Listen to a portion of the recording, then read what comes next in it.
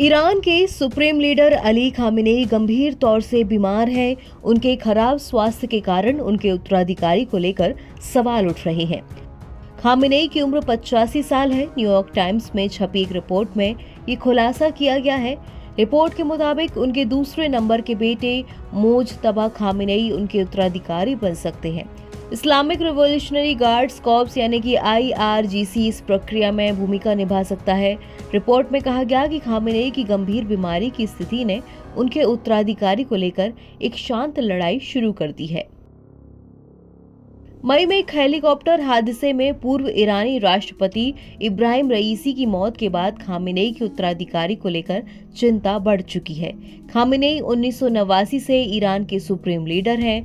रूहुल्लाह खुमैनी के निधन के बाद वो सुप्रीम लीडर बने थे। ईरान में सुप्रीम लीडर एक बेहद शक्तिशाली पद होता है। न्यूयॉर्क टाइम्स की रिपोर्ट ऐसे समय में आई है जब इजराइल की ओर से कई ईरानी ठिकानों पर सटीक हमला किया गया। ईरानी अधिकारियों की माने तो हमले में 4 लोगों की मौत हुई है। मरने वाले तमाम 4 लोग देश की एयर डिफेंस प्रतिष्ठानों में काम करते थे। हालांकि उसने ये नहीं बताया कि वो देश के किस हिस्से में तैनात थे। ईरानी अधिकारियों ने कहा कि वे इजराइल के साथ संघर्ष को बढ़ाना नहीं चाहते, लेकिन आक्रामकता का जवाब भी जरूर दिया जाएगा। रिपोर्ट्स की माने तो ईरान में सैन्य ठिकानों पर हमला करते हुए इजराइल ने इराक और सीरिया में भी हमले किए थे।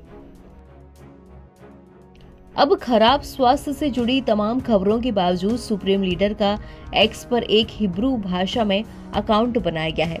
इजरायली हमले के बाद ये अकाउंट बनाया गया। माना जा रहा है कि ये सीधे तौर पर इजरायलियों से बातचीत करने के लिए है। उन्होंने पोस्ट में लिखा, दयालु और दयालु अल्लाह के नाम पर। वहीं इस बीच अमेरिकी राष्ट्रपति ने कहा कि वो उम्मीद करते हैं कि ईरान के हमले के बाद महीनों से चल रहा संघर्ष अब खत्म होगा। दरअसल इजराइल के पीएम बेंजामिन नेतन्याहू ने ईरान से उसके 200 मिसाइल हमलों का बदला ले लिया है। इजराइल की डिफेंस फोर्सेज यानी कि IDF ने कहा कि वो ईरान के सैन्य ठिकानों पर सटीक हमले कर रही है। उसने ये भी कहा कि दुनिया के किसी भी दूसरे संप्रभु राष्ट्र की तरह इजराइल के पास जवाब देने का अधिकार है और ये उसका कर्तव्य है।